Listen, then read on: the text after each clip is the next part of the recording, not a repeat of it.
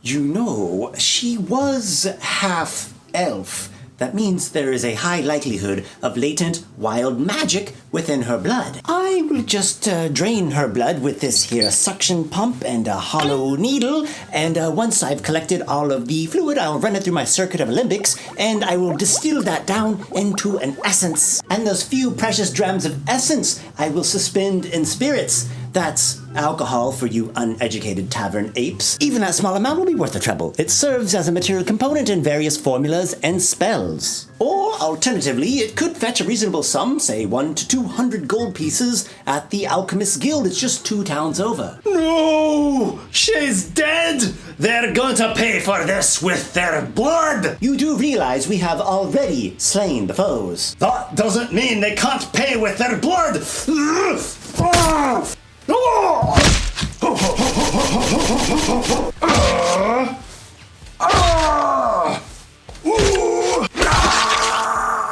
Her hair like moonlight, eyes like the sea, a spirit untamed, wild and free. In the heat of combat, she never did yield. Now a warrior lies on the battlefield. But fate is cruel and fortune unjust. Into her breast a longsword was thrust. Though her bosoms were ample and great, they could not repel the orcish blade. Stand back now. I shall pray over her, and you shall witness the miracle of revivification. O great and mighty Lord of battle, I beseech thee with my prayer, let it be that our fallen ally arise and fight on. You better hurry up with that prayer. A revivification must occur within 1 minute of death, and by my calculations, that leaves you only... Silence! For her bravery was great, as you have seen. And we who bore witness attest to her courage. Let not her soul depart to wander the ethereal streams of fate, but give her life and strength renewed. May she draw breath once again and take up her...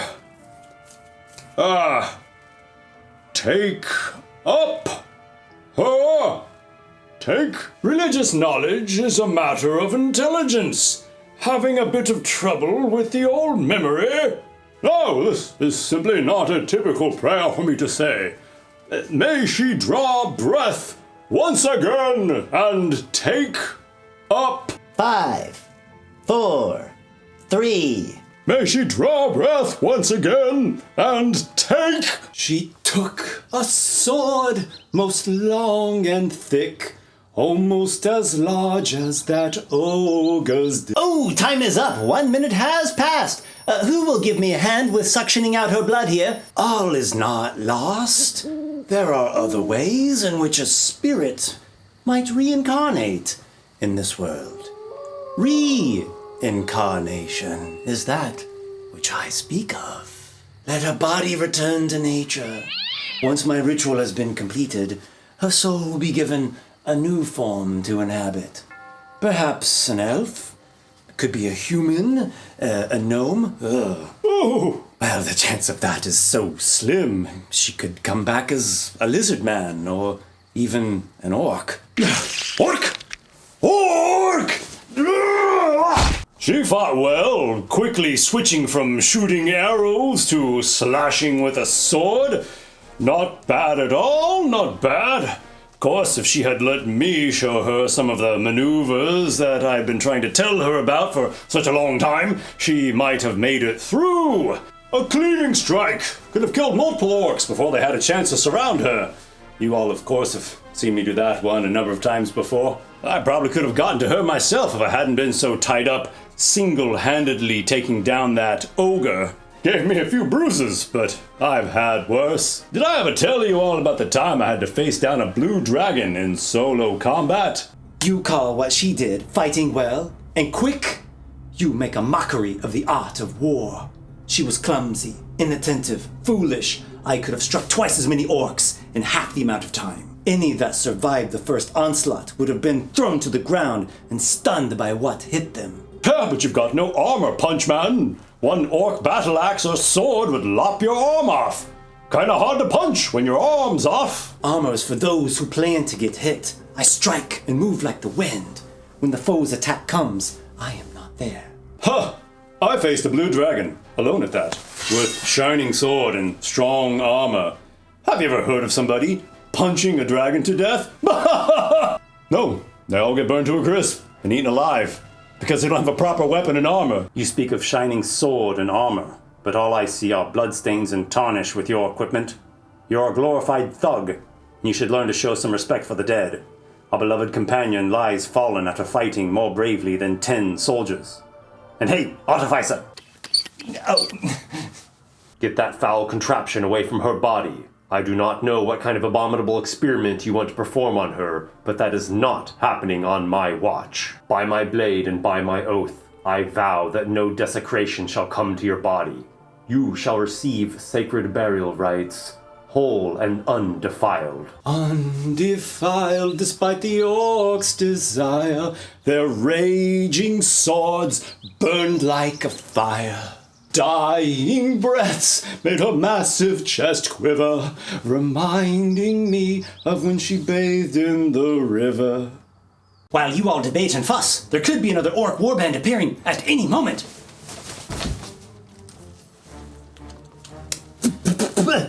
These orcs weren't heading out. They were returning. Look at these tracks. We're practically at the threshold of an orc lair. These orcs were just 5 minutes away from reaching their lair. With all the noise that we made in that battle, that means we just have a moment or so before the next group arrives. Would you shut up, barbarian?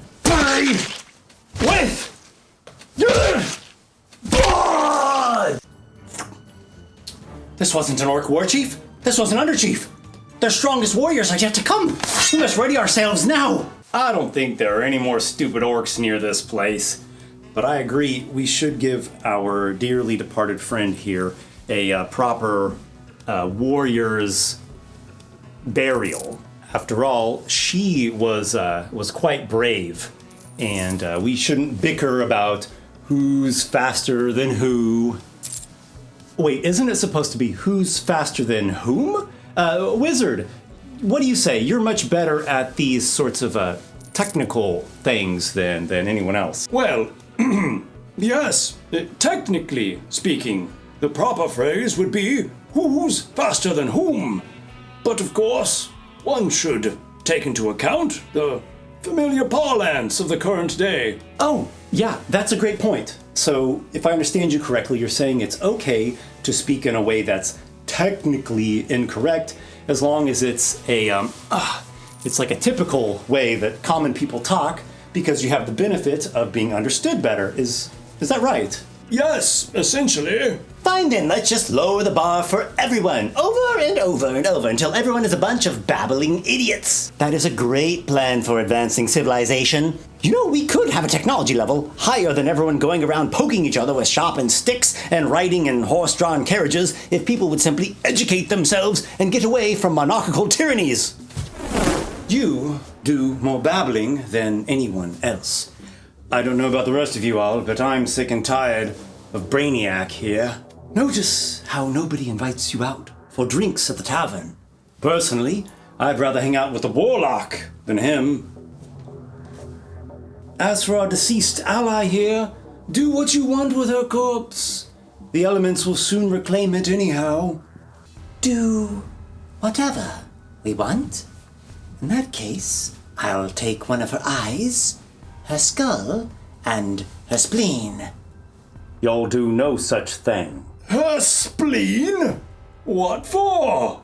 I would have thought you'd get worked up about her skull, but her spleen is what you question? We all know you have a skull collection back at your shack.